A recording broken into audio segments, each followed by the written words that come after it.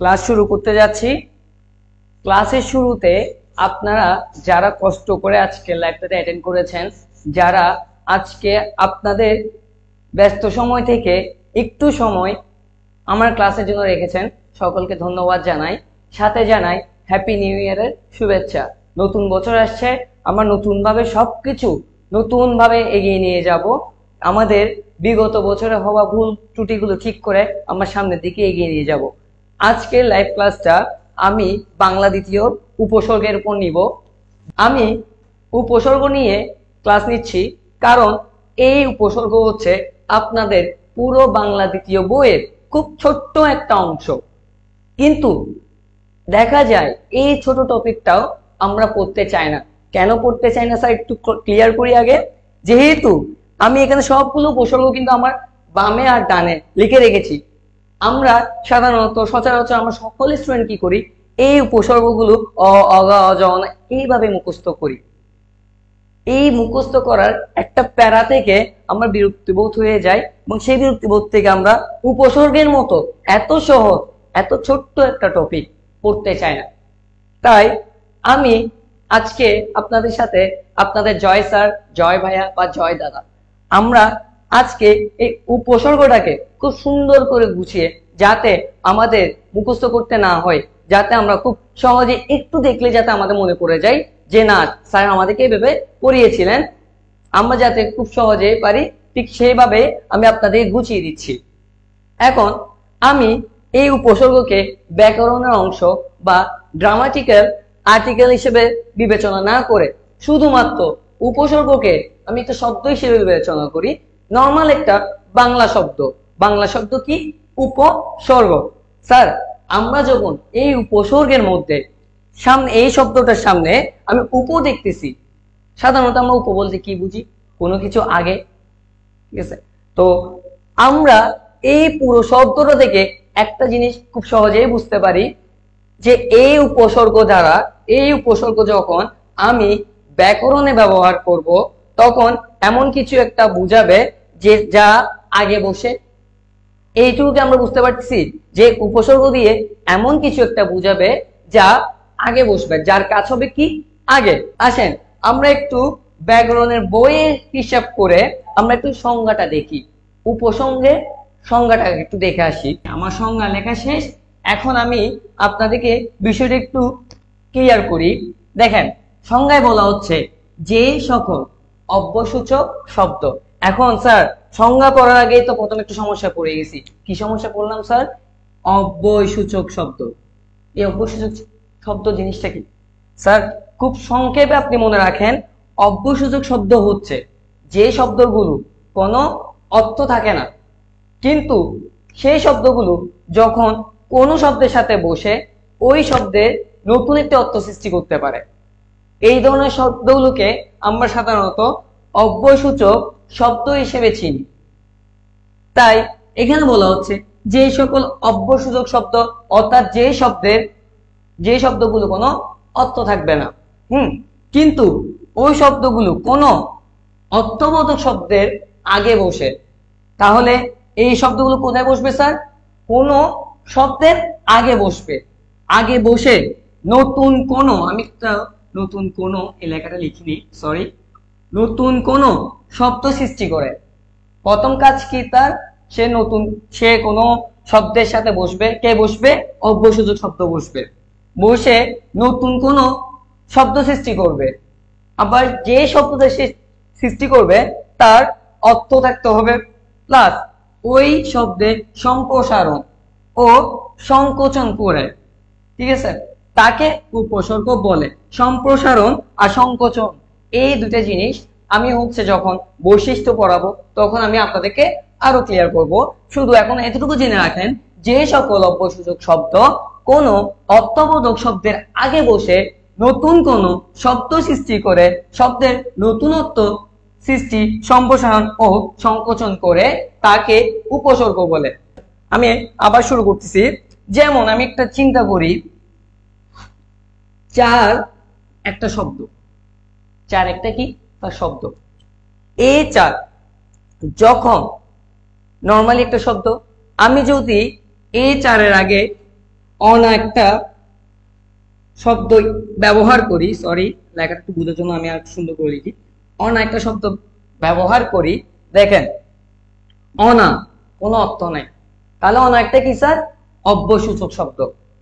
কোনো অর্থ যেহেতু নাই, সে একটা অব্যসূচক শব্দ।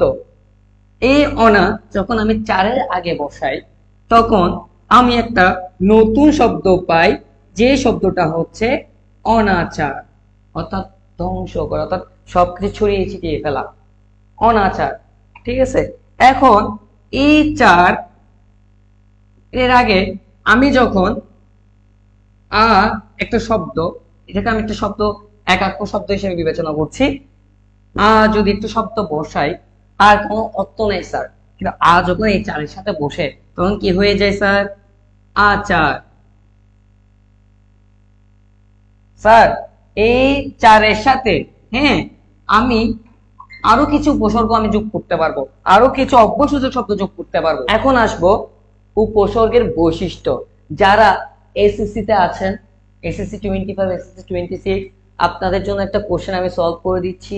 উপসর্গ কাকে বলে, উপসর্গের বৈশিষ্ট্যগুলো লেখো। উপসর্গ কাকে বলে আমরা পেয়েছি। এখন উপসর্গের বৈশিষ্ট্যর ক্ষেত্রে আমরা এখান থেকে আমরা কয়েকটা লিখে ফেলি, কেমন? যেমন এক, উপসর্গ কি করতে পারে? নতুন শব্দের সৃষ্টি করতে পারে, নতুন শব্দের সৃষ্টি করে। এক নাম্বার বৈশিষ্ট্য আমরা পেয়ে গিয়েছি যে উপসর্গ নতুন শব্দের সৃষ্টি করতে পারে। আরো কিছু লিখবো, আমরা নিজের থেকে কিছু লিখবো না, আমরা জাস্ট সংজ্ঞাটার মধ্যে আমরা উপসর্গের বৈশিষ্ট্য খুঁজে পাবো। দেখেন আরো কিছু দেখায়,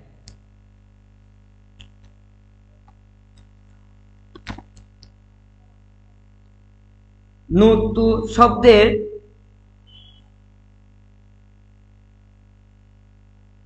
অর্থ সৃষ্টি করে। এই যে 2 নাম্বারটা আমরা এখান থেকে পেয়ে গেলাম, প্রথমটা পেলাম এখান থেকে, 2 নাম্বারটা পেলাম এখান থেকে। ঠিক আছে, এখন তৃতীয় নাম্বার আমরা একটা লিখি,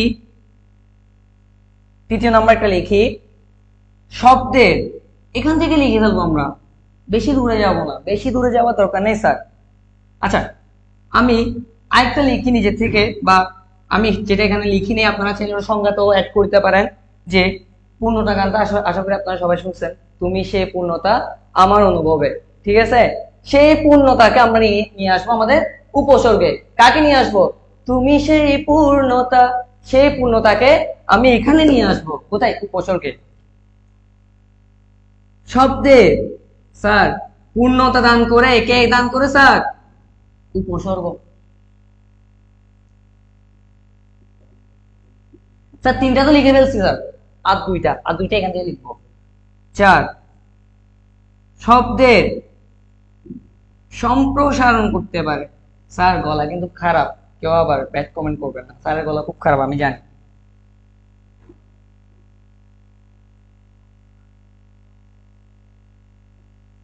আর নিচে নামা যাবে না। আচ্ছা, আমরা এই 4টা লেখা হয়েছে কিনা জানাই, কারণ এখানে যেহেতু একটু জায়গা স্বল্পতা আছে, আমি আরেকটা এগুলো ইরেজ করে আবার লিখবো। ঠিক আছে, অথবা আমি এখানে লিখে দিতে পারতেছি যে, এখন দেখা যাচ্ছে, থ্যাংক ইউ, সরি।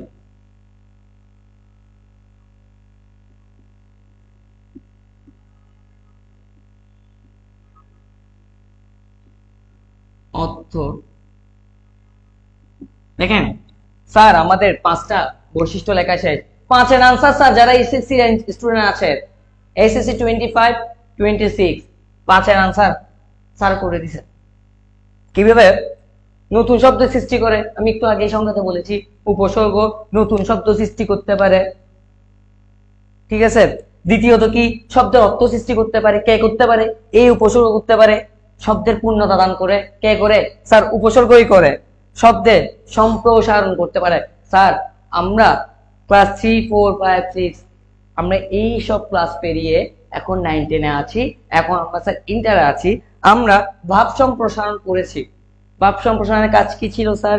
একটা লাইন দেওয়া থাকবে, গদ্য বা পদ্যের লাইন দেওয়া থাকবে, সেই লাইনটাকে আমরা বিবৃতি দিব। ঠিক আছে, যাকে আমরা সম্প্রসারণ বলি। ঠিক তেমনি একটা শব্দের যখন বৃহৎ একটা অর্থ প্রকাশ পায় তখন তা সম্প্রসারণ বোঝানো হয়। আবার যখন ক্ষুদ্র অর্থ প্রকাশ পায় তখন বলা হয় সেই শব্দের অর্থ সংকোচন হয়েছে। সবকিছু মিলে আমাদের 5 আনসার কমপ্লিট স্যার। উপসর্গের যে কোশ্চেনটা এসএসসির জন্য বেশিবার আসছে বা বেশি ইম্পর্টেন্ট, ওই প্রশ্নটা হচ্ছে উপসর্গের অর্থ বাচকতা নেই কিন্তু অর্থ দ্বৈতকতা আছে। এই কোশ্চেনটা আপনারা অনেক বোর্ডে পাবেন যে উপসর্গের অর্থবাচকতা নেই কিন্তু উপসর্গের অর্থ দ্বৈতকতা আছে। আমি এখন আপনাদেরকে 5 নম্বরের এই অংশটুকু, এই 5 নম্বরের প্রশ্নের উত্তরটুকু ক্লিয়ার করে দেব, যাতে করে আপনাদের আর বইও ধরতে না হয়। আপনারা শুধু আমার কথা শুনবেন আর মাথায় ঢোকাবেন। শুনেন, উপসর্গের অর্থবাচকতা নেই, অর্থাৎ আমি যে উপসর্গগুলো এখন ব্যবহার করেছিলাম, অনাচারের মধ্যে অনা, প্রচারের মধ্যে প্র, আচারের মধ্যে আ, আপনারাই বুঝতে পারতেছেন এই শব্দগুলো কোনো কি নেই, অর্থ নেই। তাই বলা হচ্ছে উপসর্গের অর্থবাচকতা নেই। আরো সুন্দর করে বলি, আমরা জানি যে সকল বৈশিষ্ট্য শব্দ কোন শব্দের আগে বসে নতুন কোন শব্দ সৃষ্টি করে, নতুন কোন শব্দের অর্থ প্রকাশ করে, নতুন কোন শব্দের সম্প্রসারণ করে, অর্থ সম্প্রসারণ করে, অর্থ সংকোচন করে, অর্থের পূর্ণতা দান করে, তাকে উপসর্গ বলে। কিন্তু কি শব্দ সেগুলো? অব্যয়সূচক শব্দ। অব্যয়সূচক শব্দ কি? যার কোনো অর্থ নেই। তাই বলা হয় যেহেতু উপসর্গের কোনো অর্থ নেই, তাই বলা হয় উপসর্গের অর্থবাচকতা নেই। কিন্তু উপসর্গের এই ক্ষমতা আছে, সে যখন অন্য কোনো শব্দের সাথে বসে, যেমন চারের সাথে অনা বসলে অনাচার, সে যখন অন্য কোনো শব্দের সাথে বসে তখন সে একটা নতুন শব্দ সৃষ্টি করার ক্ষমতা রাখে। তার এই ক্ষমতা থাকার কারণে সে আবার ওই শব্দে নতুন অর্থ সৃষ্টি করতে পারে, ওই অর্থের সম্প্রসারণ করতে পারে, ওই অর্থের সংকোচন করতে পারে। এই ক্ষমতা থাকার কারণে বলা হয় উপসর্গের অর্থদ্বৈতকতা আছে। আপাতত আপনারা এইটুকু বুঝেছেন কিনা, এই প্রশ্ন দ্বারা কি বোঝানো হয়েছে তা বুঝতে পেরেছেন কিনা আমাকে একটু জানাবেন। আচ্ছা আসেন, আজকে আমরা জানবো উপসর্গের প্রকারভেদ গুলো। ঠিক আছে, উপসর্গের প্রকার। আমি এই যে সংজ্ঞাটা আমি একটু ইরেজ করে দিচ্ছি, কারণ আমার লেখার জায়গা ওরকম নেই তাই।